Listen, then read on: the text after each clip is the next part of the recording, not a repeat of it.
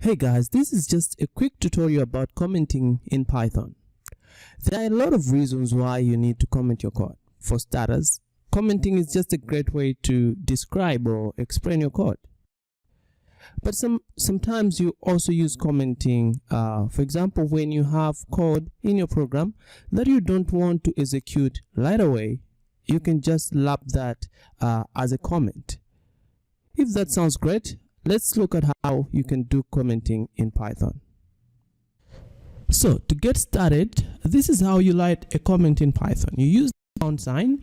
Everything that follows after this is a comment.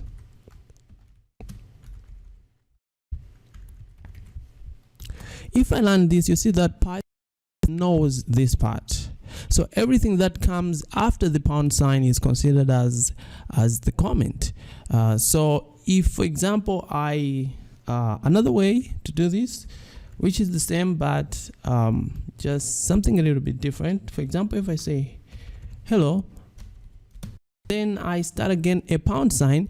Now Python will learn this, execute this, or it will treat this as code, but once it comes to the pound sign, it will ignore whatever comes to this point. So if I do this, you see that it prints, but it ignores anything else that comes after the pound sign.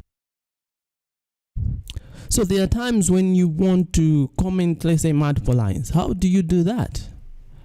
Because if we are to print to comment out multiple lines, let's say you have 10 lines and you want to comment them, the first thing to do, or the first approach, is to use pound signs. But using pound sign on every statement, it'll be a lot of too much work. So what you can do is to use triple double quotes or triple single quotes like here, and then you take your code and press it inside. So Python will just treat that, or will ignore that, and in other ways we just say it will treat it as a comment.